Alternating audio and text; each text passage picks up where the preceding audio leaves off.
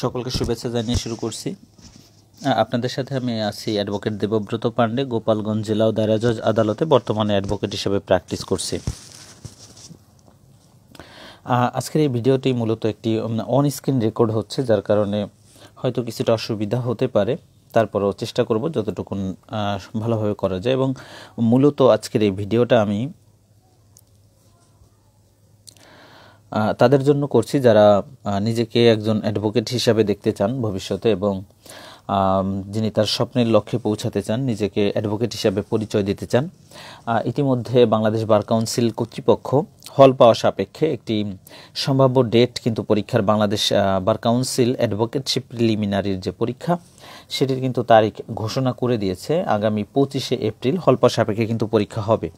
তো এক্ষেত্রে মূল বিষয়টা হলো যে আপনারা যারা বারবার পরীক্ষা দিচ্ছেন অথবা আপনারা যারা পরীক্ষা দিবেন, অর্থাৎ আপনার কাঙ্ক্ষিত লক্ষ্যে পৌঁছাতে গেলে বাংলাদেশ বার কাউন্সিল অ্যাডভোকেটশিপ যে প্রিলিমিনারি পরীক্ষায় যে পাস মার্কস, এটা আপনার সেই লক্ষ্যে পৌঁছাতে হলে আমি মনে করি আপনাদের অনেকেরই প্রিপারেশন অলরেডি শেষের পর্যায়ে। তবে কিছু কিছু ক্যান্ডিডেট আছেন যারা বলতে হয় যে ঠিক ডেট না দিলে পরে ওনারা পড়ালেখা করেন না, এরকম অনেকে আছেন। দেখেন তারা হয়তো অনেকে শর্টকাট খুঁজেন। দেখেন আমার মনে হয় যে সফলতার কোনো শর্টকাট হয় না। তো সেই জায়গা থেকে বলতে পারি, তবে কিছু ট্রিক্স অ্যান্ড টেকনিক্স অবলম্বন করা যায়। আজকের এই ভিডিওতে আমি কয়েকটা বিষয় আলোকপাত করব। একটা হচ্ছে আমরা দেখেছি যে প্রিভিয়াস ইয়ারের কোশ্চেনগুলো, বাংলাদেশ বার কাউন্সিল যে প্রিলিমিনারি যে কোশ্চেন, সেগুলো বিশ্লেষণ করে দেখেছি যে প্রায় বলা যায় যে 70 থেকে 75 ভাগ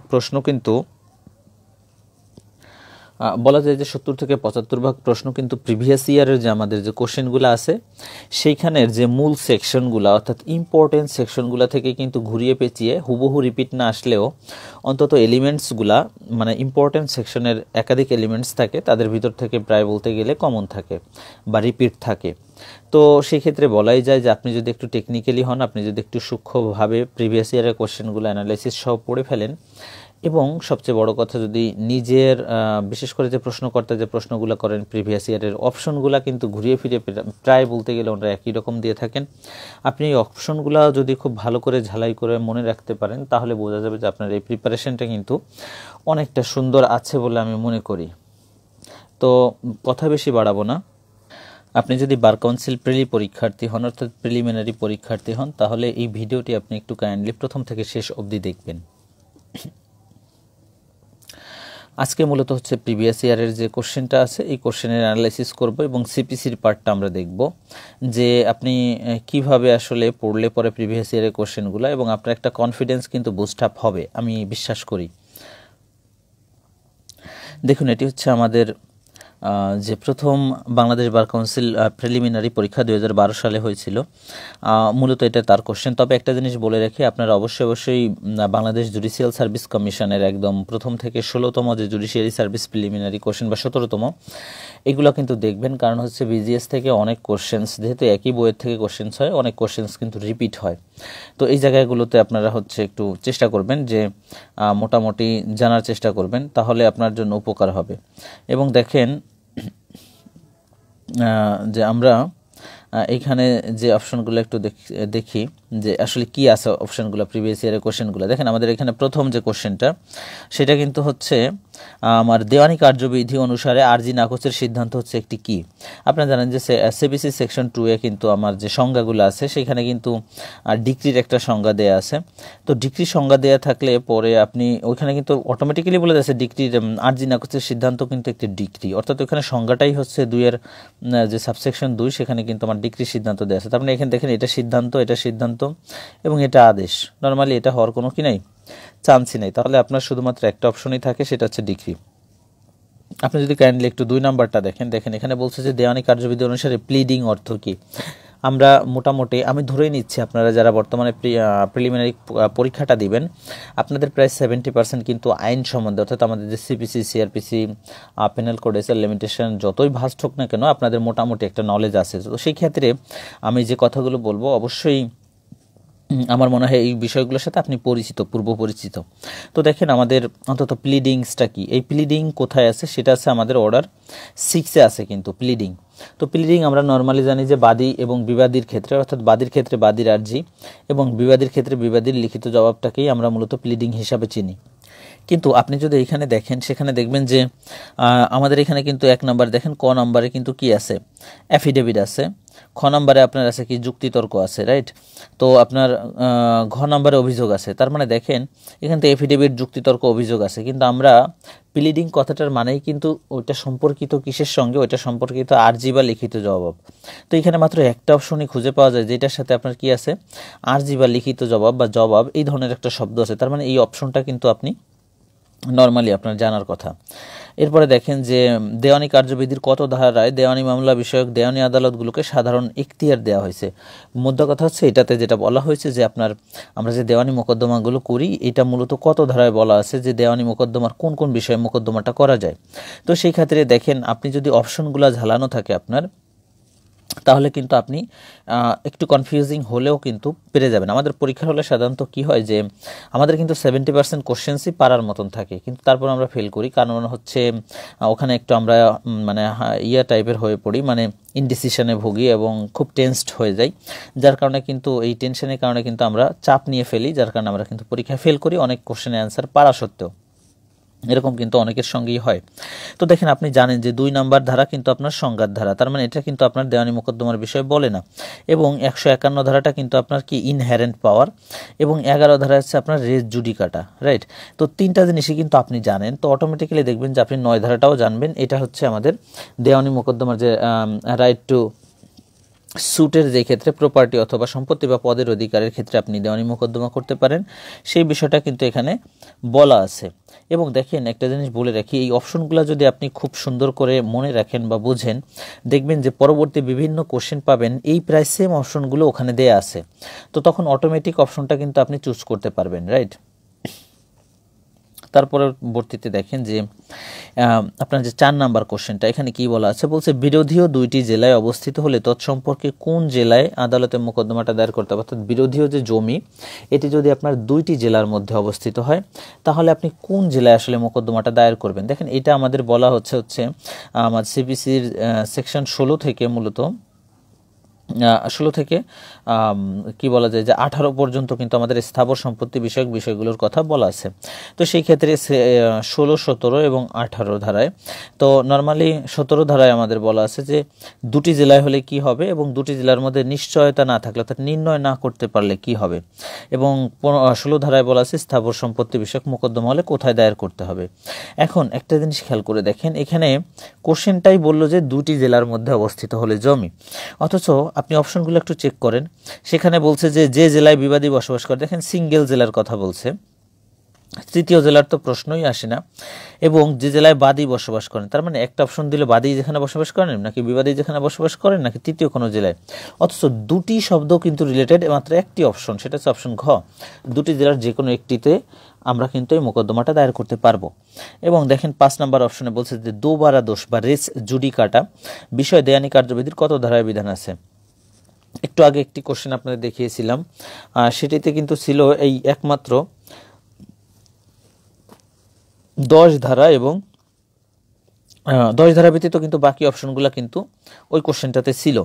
তো সেইখানে দেখেন ওই যে 9 ধারা মানে কোন আদালতে দেওয়ানি মোকদ্দমা কোথায় দায়ের করতে হয় বা কোন বিষয়ে দেওয়ানি মোকদ্দমা, এই বিষয়ে যে কোশ্চেনটা ছিল সেই কোশ্চেনটারই কিন্তু রিপিট। দেখেন সেকশনগুলো হুবহু প্রায় সেম। দেখেন এই 5 নাম্বারটা, এবং আপনার দেখেন 3 নাম্বার, শুধু একটা মাত্র ধারা এক্সট্রা এখানে 2 ছিল, আর এখানে দেখেন 2টা নাই। তার মানে কিন্তু দেখছেন যে একজন প্রশ্নকর্তা কিন্তু কোশ্চেন করেন প্রায় সেম লেভেলের যে ধারাগুলো কাছাকাছি রেখে। দোবারা দোষ আপনি ওইটা জানলেন যে 9 ধারায় হচ্ছে আপনার কি দেওয়ানি মোকদ্দমা কোন কোন বিষয়ে হয়, এবং 11 ধারায় আপনার রেস জুডিকাটার কথাটা কিন্তু উল্লেখ আছে। আর আপনি আগেই জানেন যে ইনহেরেন্ট পাওয়ার হচ্ছে 151 ধারায়, তার মানে এটা হচ্ছে না, এবং রেস সাবজুডিস আছে আপনার 10 ধারায়। বিষয়টা একদম পরিষ্কার। এইভাবে কিন্তু দেখলে পরে আপনি কিন্তু অনেকটাই আপনার কনফিডেন্সটা বুস্ট আপ হবে। আপনি দেখেন 6 নাম্বার কোশ্চেনটা, এখানে কি বলছে যে এক জেলার আদালতে বিচারাধীন কোনো মোকদ্দমা, এক জেলার আদালতে বিচারাধীন কোনো দেওয়ানি মোকদ্দমা বা মামলা অন্য জেলার আদালতে স্থানান্তর করতে পারে কোন কর্তৃপক্ষ। দেখেন এইটা কিন্তু 2টা জেলা ক্রস করে ফেলছে। যখন একটি জেলা থেকে অন্য একটি জেলায় আপনি কোনো দেওয়ানি মোকদ্দমা পাঠাবেন, তার মানে অবশ্যই কিন্তু আমরা যে 22 ধারাটা পড়ি এবং 23 ধারা, এখানে কিন্তু স্পষ্ট বলা আছে যে আপনি যখন একই আদালতের মধ্যে করবেন তখন ওই আদালতের মধ্যে এখতিয়ারের মধ্যে আপিল আদালতের সবচেয়ে বড় আদালতে কিন্তু আবেদনটা করবেন, কিন্তু যখন ভিন্ন জেলাতে যাবেন তখন কিন্তু আপনার হাইকোর্ট করতে হবে। তো সিম্পলি বিষয়, আপনি অপশনগুলো এবার একটু টেস্ট করেন। দেখেন বলছে সংশ্লিষ্ট বিচারিক আদালত। আপনি যখন একটি জেলা থেকে অন্য জেলায় নিচ্ছেন, অর্থাৎ জেলার সর্বোচ্চ পর্যায়ে কিন্তু আপনি ক্রস করে যাচ্ছেন, তার মানে সংশ্লিষ্ট বিচারিক আদালতের এই এখতিয়ারটা হওয়ার প্রশ্নই আসে না। সুপ্রিম কোর্ট রেজিস্ট্রার আসলে কোনো মামলা ট্রান্সফার করেন না, এটা আমরা কম বেশি সবাই জানি। এবং সংশ্লিষ্ট জেলা জজ তো পারতেছেন না, কারণ একটি জেলা থেকে যখন অন্য ভিন্ন জেলায় যাচ্ছে তার মানে তো কিন্তু সংশ্লিষ্ট জেলা জজও পারতেছেন না, একটা অপশনই থাকতেছে হাইকোর্ট বিভাগ, রাইট। তো বিষয়টা হচ্ছে এই রকম যে দেখেন কোশ্চেনগুলো কিন্তু অনেকটাই আপনার আয়ত্তের মধ্যে থাকে। দেখেন বলছে যে একটি রিভিশন মামলায় একটি ডিক্রি হাইকোর্ট বিভাগে বহাল হলে তা জারির জন্য কোন আদালতে দরখাস্ত করতে হবে। দেখেন আমরা জানি যে যে কোনো মামলা জারি মোকদ্দমাটা করতে হয় কিন্তু বিচারিক আদালত বা কোর্ট অফ ফার্স্ট ইনস্ট্যান্স, যে আদালতে আপনি মোকদ্দমাটা দায়ের করেছিলেন বলতে হচ্ছে বিচারিক আদালত, যে আদালত হচ্ছে রায় প্রদান করেছে সেই আদালতেই কিন্তু আপনাকে কি করতে হয়, আবেদনটা করতে। এটা বলা আছে আমাদের অর্ডার 38-এ কিন্তু সেকশন 38-এ কিন্তু এই কথাটা বলা আছে, অর্ডার 21-এ বলা আছে এবং রুল 10-এ। সেটা হচ্ছে দেখেন যে সিম্পলি এখানে আপনি যদি আমাদের সুপ্রিম কোর্টকে দুইটা ভাগে ভাগ করেন, অপশনগুলো যদি একটু টেস্ট করি, আমাদের কিন্তু সুপ্রিম কোর্টের দুইটা বিভাগ আছে, হাইকোর্ট এবং আপিল বিভাগ উঁচুতে, তারপর হচ্ছে হাইকোর্ট বিভাগ। তার মানে এই দুটো অপশন কিন্তু এখানে থাকছে না বা টিকছে না, রাইট। এবং তার পরবর্তী কোশ্চেনগুলো একটু দেখেন, অপশনগুলো একটু দেখেন যে জেলা আদালত নাকি ডিগ্রি প্রদানকারী আদালত। তো এটা কিন্তু জেলা জজ আদালতও হচ্ছে না, যে একটি রিভিশন মামলা হাইকোর্ট বিভাগে বহাল থাকলে কোন আদালতে যাবে, হাইকোর্ট বিভাগে বহাল থাকলে আমাদের ডিগ্রি প্রচারকারী কোর্টে কিন্তু আবেদন করতে হবে। তো এইরকম বিষয়গুলো। পরবর্তী কোশ্চেনটা যদি আমরা একটু দেখি যে 7 নম্বর কোশ্চেনটা আসলে কি, 8 নম্বর কোশ্চেনটা এখানে বলছে যে একটি দেওয়ানি মামলায় কি করছে, অতিরিক্ত জেলা জজ প্রদত্ত আদেশের বিরুদ্ধে রিভিশন কোথায় দায়ের, কোন আদালতে হবে। তো সিম্পলি বুঝতেছেন এটা রিভিশনের ম্যাটার। রিভিশন সবসময় যে আদালত রিভিশনের আদেশ দিয়ে থাকেন তার উচ্চ আদালতে গিয়ে করতে হয়, এবং আমাদের যে জেলা জজ এবং অতিরিক্ত জেলা জজ এই দুইটা আদালতের পাওয়ার এবং ক্ষমতা কিন্তু সেম। জাস্ট একটি কি হয় যে জেলা জজ আদালত যে মামলা বা আপিল যেগুলো উনি পরিচালনার ভার অতিরিক্ত জেলা জজ আদালতের কাছে দেন, অতিরিক্ত জেলা জজ আদালত কিন্তু সেইগুলা কিন্তু নিষ্পত্তি করেন। আপনি দেখেন এই কোশ্চেনটা কিন্তু আমাদের সেকেন্ড বার কাউন্সিল যেটা 2013 সালে সেখানে কিন্তু রিপিট হয়েছিল। এবং একটু আগে আমাদের যে কোশ্চেনের দুটো অপশন দেখছিলাম ওখানে কিন্তু দেখেন আপিল বিভাগ এবং হাইকোর্ট বিভাগ দুইটাই ছিল, তাই না। তো তার মানে আমার আপিল এবং দেখেন আপিল বিভাগটা এখানে বাদ হয়ে যাচ্ছে, স্পেশাল জজ আদালতও বাদ হয়ে যাচ্ছে, কারণ জেলা জজের কোনো আদালত স্পেশাল জজ এই অপশনেই টেকে না। আবার আমরা জানি যে আপিল অযোগ্য আদেশে কিন্তু রিভিশন, তো রিভিশনের আদেশের বিরুদ্ধে কিন্তু সবসময় উচ্চ আদালতে করতে, তার মানে এই অপশনটাও কিন্তু আমার বাদ হয়ে গেল। রিভিশন আছে আমাদের সেকশন 115-তে, রাইট। তো এখন দেখেন আমাদের হাইকোর্ট বিভাগটাই কিন্তু বহাল থাকে। আমরা জানি আপিল অযোগ্য যে কোনো আদেশ যদি জেলা জজ আদালত থেকে বা অতিরিক্ত জেলা জজ আদালত দিয়ে থাকে তাহলে সেটা আমাদের আপিলটা করতে হয় হাইকোর্ট বিভাগে। 9 নম্বর কোশ্চেনটা একটু দেখি যে নিম্নোক্ত কোন রায়ের বিরুদ্ধে আপিল চলবে না।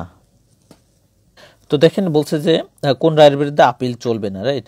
তো এখন আপিল যেখানে না চলে, অর্থাৎ মূলত আমাদের আপিল আছে কততে, আমাদের সেকশন 96-এ কিন্তু আপিলের বিধান আছে 1, 2, 3 এই 3টা সাবসেকশন আছে, এবং সেখানে আমরা স্পষ্ট জানি এক্সপার্টি ডিক্রির এগেনস্টে এবং আদি এখতিয়ার সম্পন্ন আদালত কোনো রায় বা ডিক্রি দিলে দ্বিতীয়ত 2 নম্বর আছে এক্সপার্টি ডিক্রি এবং 3 নম্বর আছে কম্প্রোমাইজ ডিক্রি। আমরা একটু এখানে দেখি আমাদের অপশনগুলো কি আছে। আমাদের ক নাম্বার অপশন আছে দেখেন এক্সপার্টি ডিক্রি, কারণ এক্সপার্টি ডিক্রি এগেনস্টে তো আপিল করাই যায়, এবং আপনার দেখেন চূড়ান্ত নিষ্পত্তি বা দুতরফা ডিক্রি সেখান থেকেও কিন্তু আপনি আপিল করতে পারবেন। আর আমরা সেকশন 2-এ কিন্তু আমরা ওই প্রিভিয়াস ইয়ার একটা কোশ্চেনের ব্যাখ্যায় পড়ে আসছি যে আমাদের আরজি নাকচের সিদ্ধান্ত কিন্তু কি একটি ডিক্রি, এবং ডিক্রি এগেইনস্টে আপনি আপিল করতে পারবেন। শুধু একটা মাত্র এক্সেপশন থাকে, সেটা হচ্ছে কম্প্রোমাইজ ডিক্রি, অর্থাৎ পক্ষদের সম্মতির ভিত্তিতে যখন কোনো ডিক্রি দেওয়া হয় সেটার এগেইনস্টে যেটা আমাদের সাবসেকশন 3-তে আছে সেটার এগেইনস্টে কিন্তু আমাদের রিভিশন করা ছাড়া কোনো উপায় থাকে না। 10 নম্বর কোশ্চেনটা একটু দেখি, দেওয়ানি আদালতের সিদ্ধান্তের বিষয়ে রিভিশন মামলা দায়েরের প্রধান কারণ কি। আপনি যে দেওয়ানি আদালতের একটি সিদ্ধান্তের বিরুদ্ধে আপনি রিভিশন করেন, কেন রিভিশন করেন, তো সেই ক্ষেত্রে দেখেন অপশনগুলো একটু কাইন্ডলি দেখি যে আপনার ক আপনি যদি ক নাম্বার দেখেন, খ নাম্বার এবং গ নাম্বার তিনটা অপশন দেখেন, এখানে সিঙ্গেল কথা আছে, অথচ আমরা 115 ধারায় আমরা দুইটা এলিমেন্টস জানি, একটা হচ্ছে আইনগত ভুল থাকতে হবে সিপিসি রিভিশনের ক্ষেত্রে, এবং যে অধস্তন আদালত যে আইনগত ভুল করলেন এইটার কারণে আপনার ন্যায় বিচার ব্যাহত হতে হবে, আপনার দুইটা ইনগ্রেডিয়েন্টস। অথচ আপনি একটু অপশনগুলো টেস্ট করেন, এইখানে একটা অপশন আছে সিঙ্গেল সিদ্ধান্ত ভুল, এটাও আছে সিঙ্গেল ঘটনাগত ভুল, এটা আছে সিঙ্গেল আইনগত ভুল। একটা মাত্র অপশনই থাকে যে দুইটা কথাই কিন্তু বলছে যে যেখানে আইনগত ভুল এবং এই আইনগত ভুলের কারণে আপনার ন্যায় বিচার ব্যাহত হতে হবে, রাইট। দেখেন এরপরে আপনি 11 নম্বরে আসেন, এখানে বলছে যে একটি দেওয়ানি আদালত প্রদত্ত রায়ের বিষয়ে রিভিউ মামলা দায়ের করা যায় কোন আদালতে। এই একটা বিষয় সিপিসিতে যে আপিল রিভিউ রিভিশন আছে, আপিল এবং রিভিশন দুইটাই কিন্তু আপনি দেখবেন যে আপনার একটা হচ্ছে পিকিউনিয়ারি জুরিসডিকশন আর একটা হচ্ছে আদালত, কোন আদালত রায় বা ডিক্রি দিল, এটা রিভিশনের ক্ষেত্রে, আর পিকিউনিয়ারি জুরিসডিকশন দেখায় আপিলের ক্ষেত্রে, এবং এটা সবসময় উচ্চ আদালতে করতে হয়। কিন্তু এই একটা মাত্র জিনিস যেটা হচ্ছে রিভিউ, এই রিভিউ সবসময় ডিক্রি প্রচারকারী বা রায় প্রদানকারী আদালতেই কিন্তু আপনাকে সবসময় রিভিউ করতে হয়, অর্থাৎ একই আদালতে যে আদালতটি রায় বা ডিক্রি প্রকাশ করেছেন, রাইট, প্রদান করেছেন। তো নর্মালি আপনি দেখেন যে এখানে হাইকোর্ট বিভাগটা বাদ হয়ে যাচ্ছে, আপিল বিভাগ বাদ হয়ে যাচ্ছে, সমপর্যায়ের আদালতও বাদ হয়ে যাচ্ছে, একই আদালত। এবং আমরা কিন্তু অপশনে আগেও হাইকোর্ট বিভাগ, আপিল বিভাগ এগুলো দেখেছি, রাইট। এবার আসি 12 নম্বর কোশ্চেনে, একটি দেওয়ানি কার্যবিধির 151 ধারায় বর্ণিত আদালতের ক্ষমতাকে আসলে কি বলা হয়। এটা একটা সংজ্ঞার কথা বলেছে, আমরা একাধিকবার প্রিভিয়াস ইয়ারের কোশ্চেনে দেখেছি যে একটু আগে অ্যানালিসিস করার সময় যে 151 ধারায় ইনহেরেন্ট পাওয়ার, যেটাকে কোর্টের বাংলায় বললে বলা হয় সহজাত ক্ষমতা। দেখেন এখানে তিনটা জিনিস আছে, ক্ষমতা সবগুলোতে আছে, আপিল ক্ষমতা আছে, আপনার সাধারণ ক্ষমতা আছে, বিশেষ ক্ষমতা আছে। সিআরপিসির মতন দেওয়ানি মোকদ্দমা কিন্তু কোনো সাধারণ বা বিশেষ ক্ষমতার কথা নাই, তার মানে এই দুটো অপশন কিন্তু অটোমেটিক্যালি ক্লোজ হয়ে যাচ্ছে। আরেকটা থাকতেছে আপিল ক্ষমতা, দেখেন আপিল কিন্তু আপনার মূল সেকশনে আছে 96-এ, তার মানে আইনে কিন্তু আপিলের কথা আছে। এবং সহজাত ক্ষমতার বিষয়ে আমরা একটা জিনিস জানি, সেটা হচ্ছে যখন কোনো আইনের বিধানে, অর্থাৎ আপনার সিপিসির যে সেকশন এবং বিধি অর্ডার এই যে এগুলাতে যখন কোনো প্রতিকার না থাকে, তখনই কেবল কোর্ট কিন্তু 151 ধারা তার সহজাত ক্ষমতা ব্যবহার করতে পারেন। এটা কিন্তু আপনাদের মাথায় রাখতে হবে। এরপরে দেখেন যে 13 নম্বরে বলছে যে অ্যাডভোকেটের মাধ্যমে দাখিলকৃত দেওয়ানি মামলার জবাবের সত্যাখ্যান বা ভেরিফিকেশন আদেশ কার দস্তখত থাকবে। এখন দেখেন এইখানে দস্তখতটা করতে পারে যেটা আমাদের SV signing verification and then হচ্ছে আপনার স্ট্রাইকিং আউট। এটা কিন্তু 14 থেকে শুরু হয়, 14, 15 অ্যান্ড দেন 16, ঠিক আছে। তো দেখেন এইখানে কিন্তু যখন আপনি সত্যাখ্যান করবেন, রুল 15-তে কিন্তু বলা আছে অর্ডার 6, এটা প্লিডিংসের মধ্যে। অর্ডার 6 রুল 15-এ কিন্তু বলে দেওয়া আছে যে একটা জবাব বিষয়ে ওয়াকিবহাল ব্যক্তি যিনি জানেন, অর্থাৎ বাদীর ক্ষেত্রে বাদীর আর্জি এবং লিখিত জবাবের ক্ষেত্রে হচ্ছে বিবাদী, এবং ওই বিষয়ে ওয়াকিবহাল ব্যক্তি তিনি কেবল সত্যাখ্যান করতে পারবেন। তার একটা জিনিস চিন্তা করেন, যে কোনো ব্যক্তি কি এই সত্যাখ্যান করা পসিবল? নর্মাল কমন সেন্সে পসিবল না। আর অ্যাডভোকেট তো আপনার বিষয়ে কিছুই জানেন না, কারণ আপনার বক্তব্য তো সম্পূর্ণ আপনারই, অর্থাৎ বাদীর ক্ষেত্রে বাদীর, বিবাদীর ক্ষেত্রে লিখিত জবাবের ক্ষেত্রে বিবাদীর। এবং একজন অ্যাডভোকেটের মুহুরি, সে তো আইনগত কোনো প্রসিডিংসে তার সুযোগই নাই অংশগ্রহণের। তাহলে মানে আপনার একটা অপশন জীবিত থাকে যে জবাব বিষয়ে ওয়াকিবহাল ব্যক্তি, রাইট। তো এইভাবে কিন্তু প্রতিটা কোশ্চেনের কিন্তু দেখেন রিপিট পাওয়া যাচ্ছে। 14 নম্বরে কিন্তু কম বেশি রিপিট পাওয়া যাচ্ছে, এবং 14 নম্বর দেখেন এটা কিন্তু 7th BGS-এ আমাদের সপ্তম যে জুডিশিয়ারি ছিল 2012 সালে, তখন কিন্তু এই কোশ্চেনটা আসছিল, ভুল আদালতে দেওয়ানি মোকদ্দমা দায়েরের ফল কি হবে। আমাদের পরিষ্কার আছে অর্ডার 7 এবং হচ্ছে রুল 10-এ রিটার্ন অফ প্লেইন্ট, হেডিংটা এরকম আছে, রিটার্ন অফ প্লেইন্ট, রাইট। এটা কিন্তু আমাদের হেডিংয়েই আছে। তো এখন দেখেন রিটার্ন অফ প্লেইন্ট আছে আমাদের অর্ডার 7 রুল 10-এ, এইটা হচ্ছে আরজি ফেরত, ঠিক আছে। তো আপনার আরজি না করতে সিদ্ধান্তটা বাদ হয়ে যাচ্ছে, মোকদ্দমা খারিজ বা মামলাটা খারিজটাও বাদ হয়ে যাচ্ছে। এখানে সঠিক আদালতে মামলাটা স্থানান্তর, এই অপশনটা এবং হচ্ছে আপনার আরজি ফেরত, এই দুইটা অপশন কিন্তু প্রায় কাছাকাছি বলা চলে। তবে যেহেতু আমাদের মূল হেডিংয়েই আরজি ফেরত, অতএব এখানে আরজি ফেরত অপশনটা কিন্তু সবথেকে রাইট এবং চুজিং অপশন। 15তে যাই, দেখুন অ্যাডভোকেটের মাধ্যমে দাখিলকৃত দেওয়ানি মামলার আর্জি কার দস্তখত প্রয়োজন হবে। সেম টাইপের কোশ্চেন একটু আগে সত্যাখ্যানের ক্ষেত্রে। এবার হচ্ছে আপনার সাইনিং, আগে ছিল অর্ডার 15 থেকে মানে অর্ডার 6 রুল 15 থেকে আসছিল, এটা রুল 14 থেকে আসছে। এখানে যেটা মূলত হচ্ছে আরজি বা দেওয়ানি মোকদ্দমার যে আরজি এবং সাথে যে ওকালতনামা, এখানে দুইটা জায়গায় কিন্তু অ্যাডভোকেট ও বাদী এই দুজনের কিন্তু সাইন থাকতেই হবে বা তার প্রতিনিধি, রাইট। এবার আপনি একটু অপশনগুলো টেস্ট করেন কাইন্ডলি। দেখেন এখানে বাদীর সিঙ্গেল একার কথা আছে, হবে না, এবং হচ্ছে দেখেন এখানে সিঙ্গেল বাদীর কথা বলা আছে, বাদীর প্রতিনিধি সব কিন্তু সিঙ্গেল সিঙ্গেল, এবং অ্যাডভোকেটের কথা বলা আছে। কিন্তু আমরা তো জানি যে সাইনিংটা অবশ্যই দুজন ব্যক্তির ম্যান্ডেটরি, অ্যাডভোকেটের তো থাকতেই হবে এবং বাদীরও থাকতে হবে বা তার প্রতিনিধি, রাইট। তো এখানে 3টা থাকলো সিঙ্গেল অপশন, আপনার একটা দেখেন ডুয়েল, তার মানে এই একটা অপশনই কিন্তু আপনার অ্যান্সার। 16 নম্বর প্রশ্নে বলছে যে আরজিতে মামলার মানে মামলার কারণ উল্লেখ না থাকলে কি হবে, কজ অফ অ্যাকশন। এটা আমরা কিন্তু আগে দেখলাম যে রুল 10 হচ্ছে রিটার্ন অফ প্লেন্ট, এটা কিন্তু রুল 11 যেটা হচ্ছে আমাদের rejection of plant. Rejection of plant আমাদের কয়টা ক্ষেত্রে হয়, আমাদের 4টা গ্রাউন্ড আছে, তার মধ্যে দেখেন মামলার কজ অফ অ্যাকশন না থাকলে অবশ্যই এই রিজেকশন বা নাকচ হয়ে যাবে কিন্তু। এবং এইখানে একটা বিষয়, মামলা খারিজ হওয়ার তো খারিজ না, জাস্ট রিজেক্ট, একদম সরাসরি বাতিল হয়ে যাবে। আরজিটা ফেরত দেওয়ার প্রশ্নই আসে না, যেহেতু রিটার্ন হচ্ছে রুল 10 আছে, এবং মামলা চলার তো প্রশ্নই আসে না। আপনি দেখেন দুইটা অপশন কিন্তু আরজি ফেরত এবং হচ্ছে মামলা চলবে, এই দুটো অপশন কিন্তু শুরুতেই বাদ হয়ে যাচ্ছে, এবং মামলা খারিজ আর হচ্ছে নাকচ। এখানে আপনি একটু কনফিউশন তৈরি হতে পারে, কিন্তু আমাদের মূল হেডিং যেহেতু আরজি নাকচ, তো সেই ক্ষেত্রে আমাদের কি হবে, আরজিটা নাকচ হয়ে যাবে, রাইট। এবার আসেন দেখেন আমাদের যে 17 নাম্বার কোশ্চেন, সেখানে বলছে যে আরজি সংশোধন করা যাবে কখন। আপনারা খেয়াল করে দেখেন তো, আমরা সাধারণত মামলার রায়ের পূর্বে যে কোনো সময় কিন্তু আমাদের আরজিটা কিন্তু আমরা সংশোধন করতে পারি, হ্যাঁ, এবং যে কোনো স্টেজে যে কোনো সময় কিন্তু আমরা আরজি সংশোধনের আদেশ মানে আবেদনটা কোর্টের কাছে করতে পারি, কোর্ট যদি যথোপযুক্ত মনে করে এবং আমরা যথেষ্ট সাবধানতা অবলম্বন করেছিলাম, তাহলে সেক্ষেত্রে কিন্তু আরজি সংশোধনের আদেশ দিতে পারে। কোর্টে অনেক সময় দেখাই যায় যে ফ্রেশ আরজির প্রদানের একটা সময় দেওয়া হয়। তো এখানে একটা জিনিস খেয়াল করেন, এখানে যে একমাত্র আপনার যে কোনো পর্যায় ব্যতীত বাকি যে 3টা অপশন আছে, এই 3টা অপশনের প্রসেস কিন্তু রায় প্রচারের আগে পর্যন্ত, এবং এটা কিন্তু সেকেন্ড যে বার কাউন্সিল প্রিলিমিনারি পরীক্ষা, সেটা কিন্তু কী ছিল, রিপিট ছিল। দেখেন ইস্যু গঠনের আগে, এটাও কিন্তু মামলার একটা পর্যায়ে, রায় ঘোষণার আগে, চূড়ান্ত শুনানির আগে এবং যুক্তিতর্কের পূর্বে। আপনি মিনিমাল জানেন যে আপনি রায় প্রচারের পূর্বে যে কোনো সময় কিন্তু আরজি সংশোধন করতে পারেন। তো এখন এখানে কিন্তু 3টা স্টেজই আছে কিন্তু রায় প্রচারের পূর্বে, তার মানে এটা আপনি অপশনটা যে কোনো পর্যায়ে আপনি করতে পারবেন।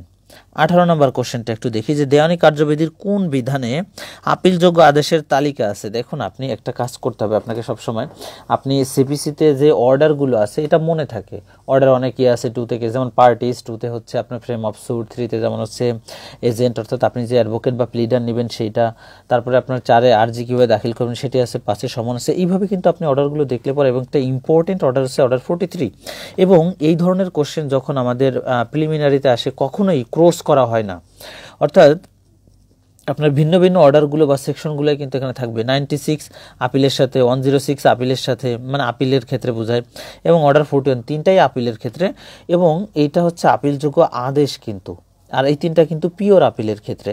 তো সেই ক্ষেত্রে কিন্তু অপশনটা আপনার আপিলযোগ্য আদেশ অর্ডার 43, এটা একটা মুখস্থ ম্যাটার। এখানে 25টা এলিমেন্টস আছে কিন্তু আপিলযোগ্য আদেশের ক্ষেত্রে। আপনি এবার 19 নম্বর কোশ্চেনটা একটু দেখেন যে বর্ণিত কোন বিষয়টি নির্ধারণের জন্য আরজিতে দেওয়ানি মামলার মূল্যমান দেখানো হয়। আমরা যে দেওয়ানি মোকদ্দমায় যে তায়দাদ অর্থাৎ জায়গা জমির যে মূল্যমান দেখাই, যেটা আমাদের বিরোধী সম্পত্তি, এটা আসলে কেন দেখাই, কোশ্চেনটা মূলত এটাই।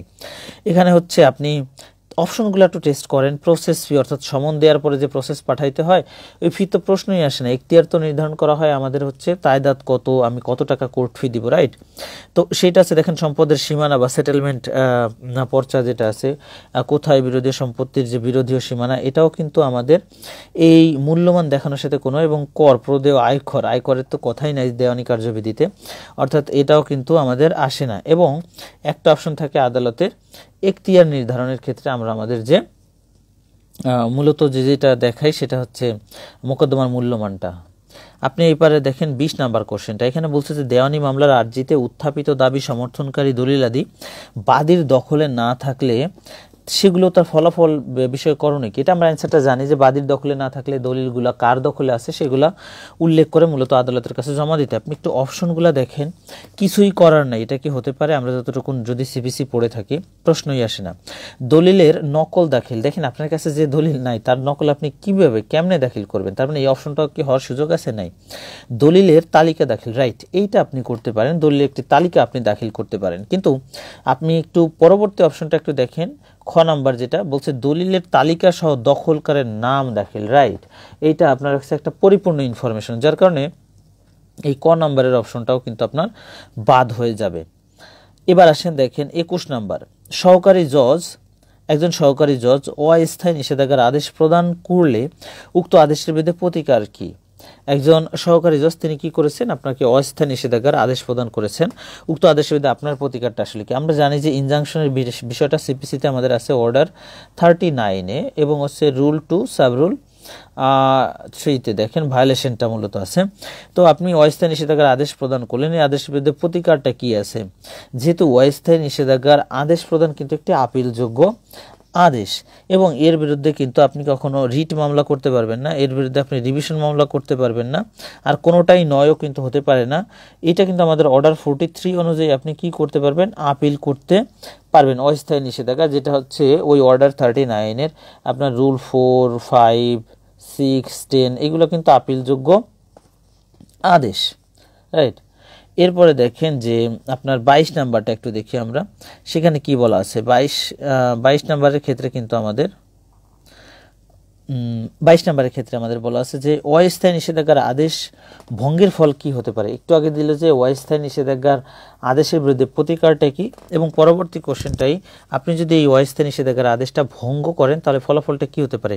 একটু দেখুন, এই কোশ্চেনটা কিন্তু আমাদের 4th BGS এবং আমাদের 3rd বার কাউন্সিল এক্সামে কিন্তু হুবহু রিপিট, এবং সেই কোশ্চেনটা আবার কিন্তু এখানে আসছে। অস্থায়ী নিষেধাজ্ঞার আদেশটা ভঙ্গ করলে আমাদের অবশ্যই দেওয়ানি জেল বা কারাগার হবে, দেওয়ানি কারাগারে আটক রাখার আদেশ দিতে পারে আদালত।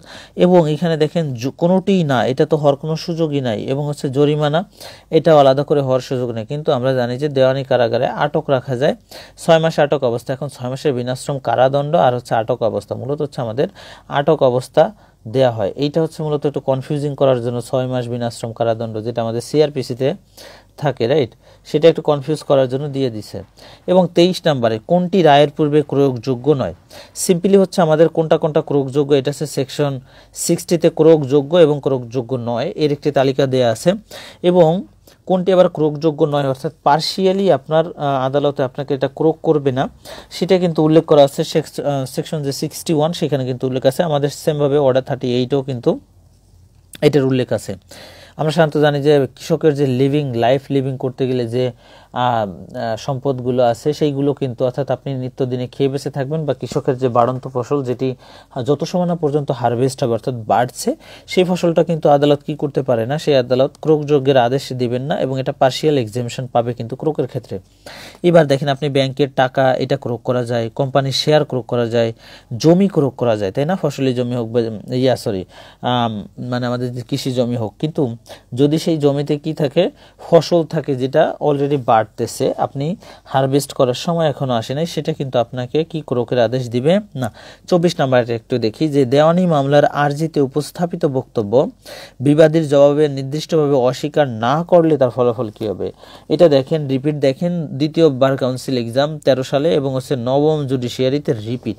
এটা কিন্তু আপনাদের বারবার করে বলছি যে দেখেন যে অনেক কোশ্চেন কিন্তু হুবহু রিপিট হয়, এমনকি অপশন সহ রিপিট, অপশন সহ যদি রিপিট না হয় আপনি যদি ভালো আইডিয়া রাখেন তাহলে কিন্তু ঘুরিয়ে পেঁচিয়ে রিপিট পাবেন। তো নর্মালি আমাদের বলছে যে আরজির জবাব, এটা আমাদের হচ্ছে অর্ডার 8-এ আছে লিখিত জবাবের ক্ষেত্রে, এইখানে অর্ডার 8 রুল 3-তে আছে মূলত ডেনিয়ালটা হইতে হবে ভেরি স্পেসিফিক, এবং এই আপনি যদি স্পেসিফিক ডেনিয়ালটা না করেন মানে অস্বীকার না করেন তাহলে রুল 5-এ কিন্তু বলা আছে সেটা আপনার স্বীকৃতি বলে গণ্য হবে। এবার অপশনগুলো একটু দেখি,